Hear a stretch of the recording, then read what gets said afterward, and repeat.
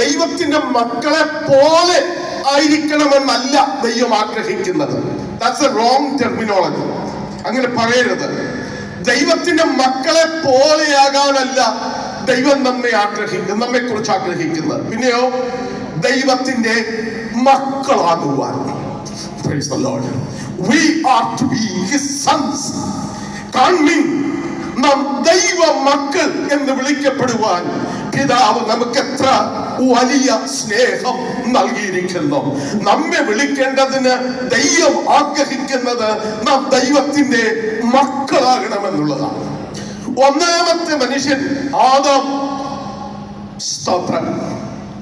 ലൂക്കോസിന്റെ സുവിശേഷം 3-ാം അധ്യായം 38-ാമത്തെ വാക്യത്തിൽ, അവസാനത്തെ വാക്യത്തിൽ നമ്മൾ വായിക്കുന്നത് ആദാം ദൈവത്തിന്റെ മകനെ പോലെയായിരുന്നു എന്നാണോ? ഇല്ല, ആദാം ദൈവത്തിന്റെ മകൻ. വേറൊന്നുകൂടെ പറയാം. യേശുവിന്റെ രക്തം കാൽവരി ക്രൂശിൽ ചിന്തപ്പെട്ടത് എന്തിനു വേണ്ടി? എന്നെയും നിങ്ങളെയും അവന്റെ സന്താനങ്ങളാക്കി, അവന്റെ മക്കളാക്കി തീർക്കാനാണ്. Praise the lord. ഇപ്പൊ നമുക്കുള്ളത്, ക്രിസ്തുവുമായിട്ടുള്ളത് ഒരു രക്തബന്ധമാണ്. അപ്പോൾ സ്വർഗസ്ഥനായ ദൈവത്തിന്റെ പുത്രനായ ക്രിസ്തുവിന്റെ കർത്താവ് പറയുന്നു, നിങ്ങൾ എന്റെ സ്നേഹിതന്മാർ, സഹോദരന്മാർ, ഇങ്ങനെയുള്ള പദപ്രയോഗങ്ങളൊക്കെ കാണുന്നുണ്ട്. അപ്പൊ നമ്മള് കർത്താവുമായിട്ടുള്ള ബന്ധം സഹോദര ബന്ധമാണ്.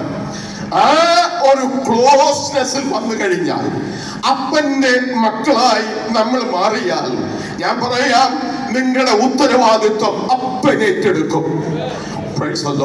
എന്നോട് കൂടെ എന്റെ അപ്പനുണ്ടെന്ന് ബോധ്യമുള്ള ദൈവമക്കൾ നിങ്ങളുടെ കരമുയർത്തി ദൈവത്തിന് സ്തോത്രം പറയാമോ? ഈ ഹോളിനകത്തിരിക്കുന്നവര്, ഒരറ്റം മുതൽ മറ്റേറ്റം വരെ ഇരിക്കുന്നവരുടെ എല്ലാം ജീവിതത്തിൽ ചില ആവശ്യങ്ങളെങ്കിലും കാണും. ആ ആവശ്യങ്ങൾക്ക് ദൈവം മതിയായവനാണ്. ആവശ്യങ്ങളില്ലാത്ത ആരുമില്ല. എല്ലാവർക്കും അവരവരുടെ ആവശ്യങ്ങളുണ്ട്.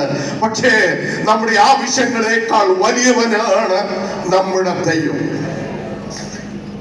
ഞാൻ ഈ പ്രാർത്ഥനയെ കുറിച്ച് പറഞ്ഞു വരുന്നത്, എനിക്ക് കൺക്ലൂഡ് ചെയ്യാനുള്ള സമയത്തിനുള്ളിൽ പറയാൻ പറ്റുന്ന ഒരു ചിന്ത കൂടെ പറഞ്ഞിട്ട് ഞാൻ അവസാനിപ്പിക്കാൻ ആഗ്രഹിക്കുന്നു. ഇത് നിങ്ങളെ ആരെയും സന്തോഷിപ്പിക്കുന്ന ഒരു കാര്യമല്ല ഞാൻ ഇനി പറയാൻ പോകുന്നത്. ആർക്കും അത് സന്തോഷമായിട്ട് തോന്നും എന്നെനിക്ക് തോന്നുന്നില്ല. എങ്കിലും ദൈവത്തിന്റെ ആത്മാവ് എനിക്ക് അങ്ങനെ ഒരു വെളിപ്പാട് തന്നതുകൊണ്ട് അത് പറയാതിരിക്കാനും നിവർത്തിയില്ല. ദാവീദ് പാപം ചെയ്യുന്നത് വരെ എപ്പോഴും ദൈവത്തോട് ആലോചന ചോദിക്കുമായിരുന്നു, അല്ലെ?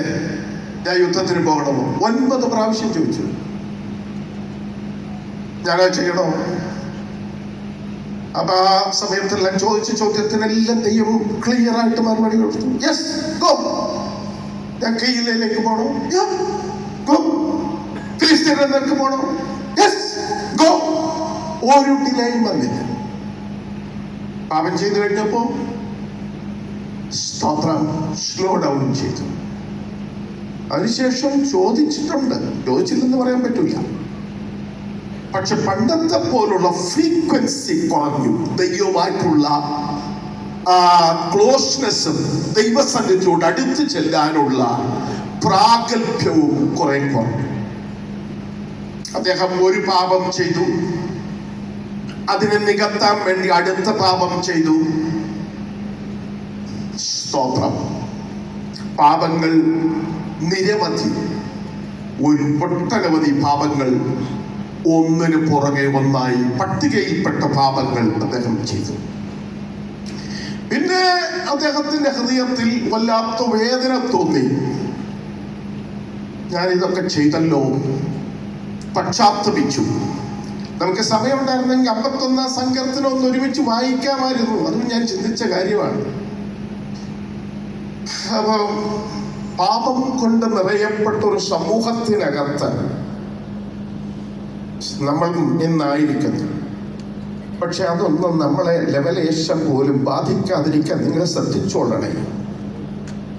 ദാവീദ് പണ്ട് ഗിറ്റാർ ഉപയോഗിച്ച് വീണ ഉപയോഗിച്ച് പാട്ട് പാടി പിശാചുക്കളെ വിരട്ടിയവനാണ്. ആ പിശാചുക്കളെല്ലാം അന്നേ ഇവൻ ഒരു വീണക്കാരൻ, ഭയങ്കര പാട്ടുകാരൻ, യവനെ എങ്ങനെ വീഴ്ത്തിക്കാം എന്ന്, ഏത് തരത്തിൽ വീഴ്ത്തിക്കാമെന്ന് അന്നേ അവന്റെ പുറകിലുണ്ടായിരുന്നു. അവന്റെ പാട്ട് കേൾക്കുമ്പം ഏത് പിശാചും ഓടുമായിരുന്നു. രാജാവിന്റെ മേൽ വരുന്ന പിശാച് പോലും ഓടുമായിരുന്നു. ഇന്നത്തെ പാട്ടുകാരുടെ പാട്ട് കേട്ടാലും അത് സംഭവിക്കുമെന്നാണ് ഞാൻ വിശ്വസിക്കുന്നത്. If it happens it's good. Okay, അതല്ല